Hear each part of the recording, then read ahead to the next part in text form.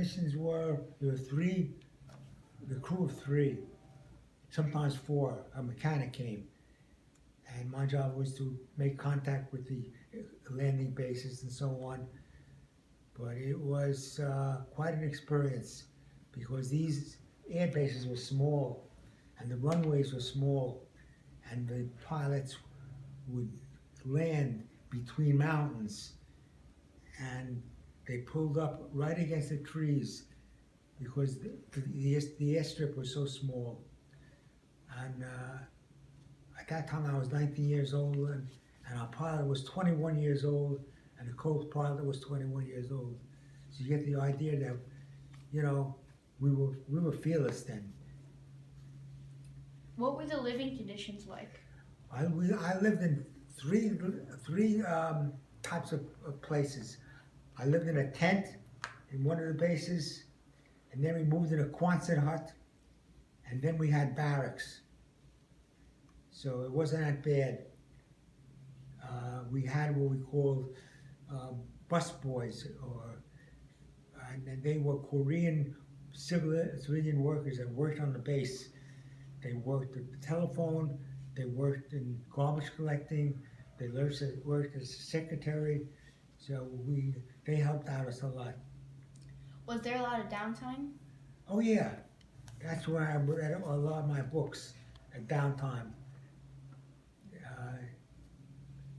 But we were busy during the war, and during the war we had the missions, and we had to pull shifts in the radio room for other networks, you know. And the war ended, I think, in March, but I still had 4 months to serve in Korea. It was the serving time was 1 year, and that was really the downtime. We set up a basketball court and we played basketball. We had a lot of downtime. When did you rotate home from Korea? I came home from Korea in 1953. I think it was in February, because when we landed in Seattle, and we got our duffel bags ready to disembark, and the sergeant says, "Sorry, guys, you can't disembark because it's Washington's birthday, and the longshoreman who helped us unload had a day off, so we had to spend another night on board, to our disappointment, and we disembarked the next day." What was your opinion on Korea? I'm sorry. What was your opinion on Korea and the South Korean Army? The Korean Army were very loyal to fighting as an allied force with us. In other words, we were very instrumental in training the Koreans, and the South Koreans were very loyal to, you know, keeping the country with a democracy.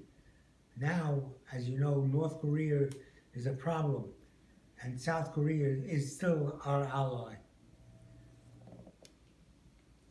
What was the most challenging or difficult, rewarding memories of your duty?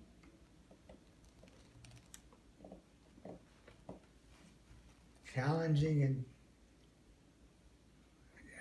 well, we had the weapons carriers, and we had to travel on the small roads along the highway and hills, and all of a sudden we came to a spot in the one-lane road, the bottom of the hill, with a big tree.